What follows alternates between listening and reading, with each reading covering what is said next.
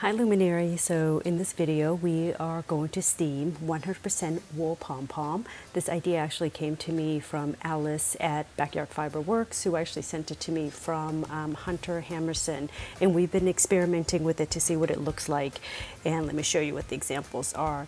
So both of these pom-poms are made of 100% wool. This one has been steamed, so you can see the ends of the fibers are kind of opened up and are kind of snug together. This one is a unsteamed one, and you could see that the ends and the fibers are still pretty separated from one another, but you know, both are beautiful and they have such a different look. The steam one I feel like almost looks like clay, as it kind of the strands are really tightly together. So okay, let's get started. What you'll need are a pom-pom made with 100% wool. This has to be 100% wool. Any other material won't work. A rod of some sort. In this case, I'm using a kind of a thin paintbrush that I just have around the studio here. You could use a thin chopsticks or you know, a long needle, a pair of scissors, and an iron set on high steam. Okay, so let's get started. What I'm going to do is I'm going to poke this pom-pom to figure out where the tight middle cord is tied. So I could tell already it's tying this direction. So I'm going to gently poke on the opposite side. This would just hold this pom-pom like this, and it keeps my hand from getting burned. All right, so now we're going to hold down and get the steam out. What you want to do is you actually want for the pom-pom to have contact to the iron, but very gently. So you're gonna just steam it in iron. Okay, I'm gonna have to adjust. This actually came out. Poke this in a little tighter. Okay. So one thing to think about too is that your pom-pom, you don't have to trim it down too much. Just trim it so that it looks pretty good, but you don't have to trim it down too much because the strands will then have an opportunity to open and fill in. Okay, so you see here I'm working very, very gently, but also kind of gently ironing it, I should say. Okay, I'm gonna move this up like this. It's good to have a basin under the pom-pom or a tray. This keeps kind of your work area from getting wet and too much steam on it.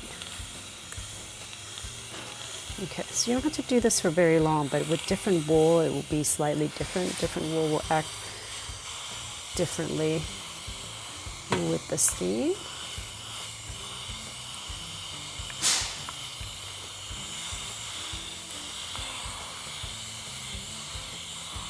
It looks beautiful.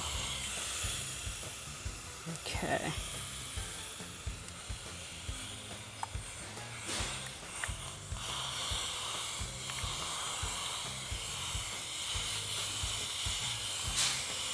Okay, set this aside. Let me just check out to make sure it's consistent. Okay, let's steam it a tiny bit more. I have to say, this is what I love so much about the artist and maker community.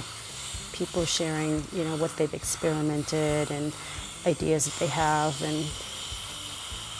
it's just so fun. So I'm so thankful of Hunter for posting this on her Instagram. Okay, all right, this is looking pretty good. So I'm gonna set this aside. I'm gonna take this pom-pom off. You might have to actually steam this part at the end since the rod was sitting right there.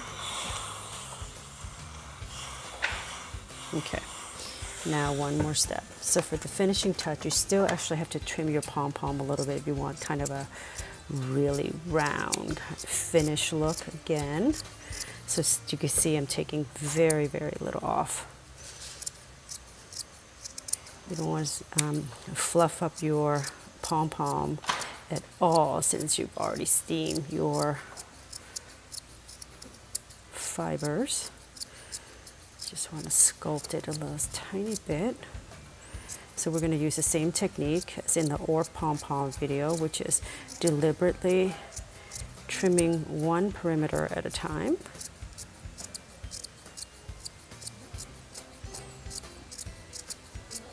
Okay, go.